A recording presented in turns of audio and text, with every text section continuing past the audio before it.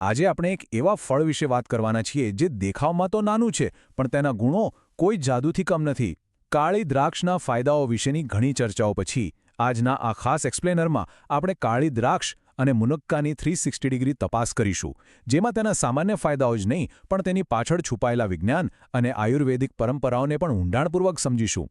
આજે આપણે મુખ્યત્વે 5 બાબતો પર ધ્યાન આપીશું: પોષક તત્વોનો ખજાનો, કાળી દ્રાક્ષના સ્વાસ્થ્ય લાભો, કેટલાક આયુર્વેદિક અને ઘરગથ્થુ ઉપચારો, લીલી અને કાળી દ્રાક્ષ વચ્ચેનો તફાવત અને છેલ્લે તેના વધુ પડતા સેવનના જોખમો.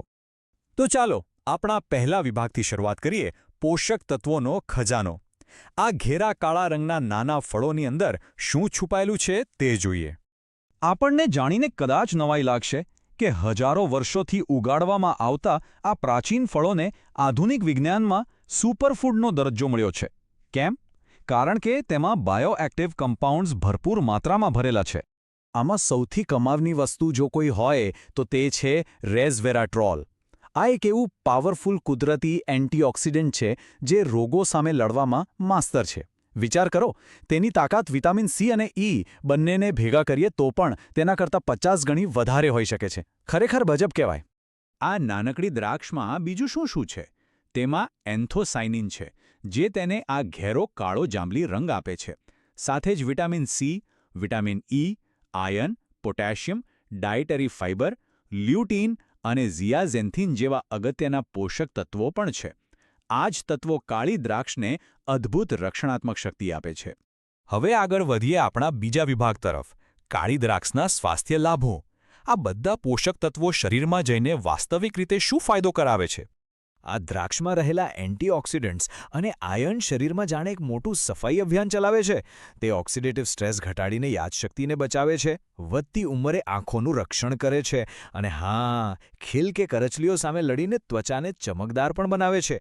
આ ઉપરાંત તે વાળ ખરતા અટકાવે છે, એનિમિયા દૂર કરે છે અને હૃદય માટે જોખમી એવા ખરાબ કોલેસ્ટ્રોલને પણ ઘટાડે છે. આખા શરીર માટે એકદમ બેસ્ટ. આ વાત સાંભળીને કદાચ આશ્ચર્ય થશે. દ્રાક્ષ મીઠી હોય છે, ખરું ને? છતાં તેમાં રહેલી કુદરતી ઓછી શર્કરા અને પોલિફિનોલ્સનું કોમ્બિનેશન એટલું સરસ છે કે તે વાસ્તવમાં ડાયાબિટીસ અને વજનને મેનેજ કરવામાં ખૂબ જ અસરકારક સાબિત થાય છે.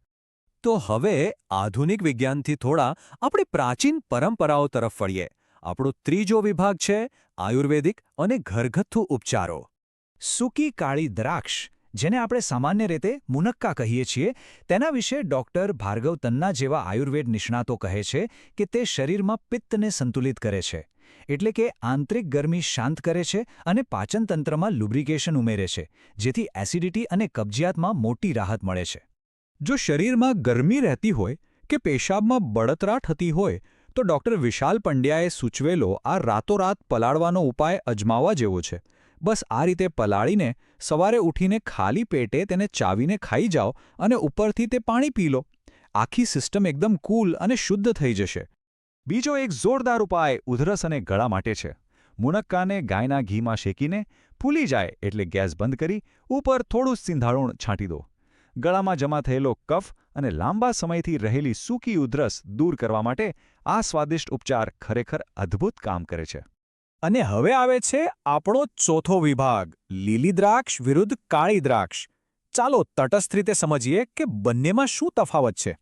આપણા મનમાં ઘણીવાર સવાલ થાય કે આ બેમાંથી કઈ દ્રાક્ષ વધુ સારી? જુઓ, કાળી દ્રાક્ષ તેના ઘેરા રંગના કણો અને રેસ્વેરાટ્રોલને કારણે એન્ટીઓક્સિડન્ટની રેસમાં સ્પષ્ટ વિજેતા છે, જ્યારે બીજી તરફ લીલી દ્રાક્ષ ઉત્તમ હાઇડ્રેશન આપે છે અને પાચનતંત્ર પર થોડી વધુ હળવી હોય છે. ટૂંકમાં બંનેના પોતાના આગવા ફાયદાઓ છે. અહીં એક વાત ખાસ ધ્યાન રાખવા જેવી છે.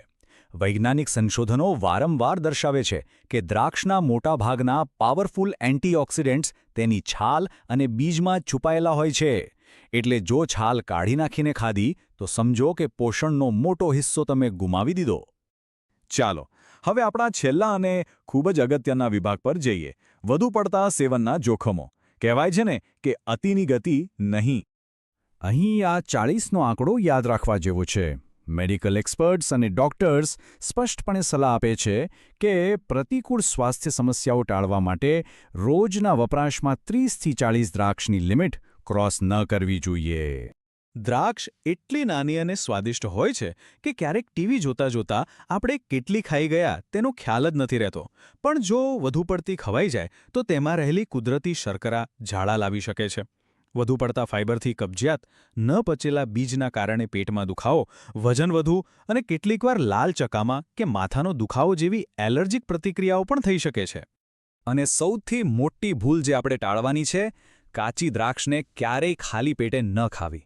કારણ કે તેમાં સેલિસિલિક એસિડ હોય છે, જે ખાલી પેટે લેવાથી જઠરમાં બળતરા પેદા કરી શકે છે અને ગંભીર એસિડિટી તથા માથાના દુખાવાનું કારણ બની શકે છે.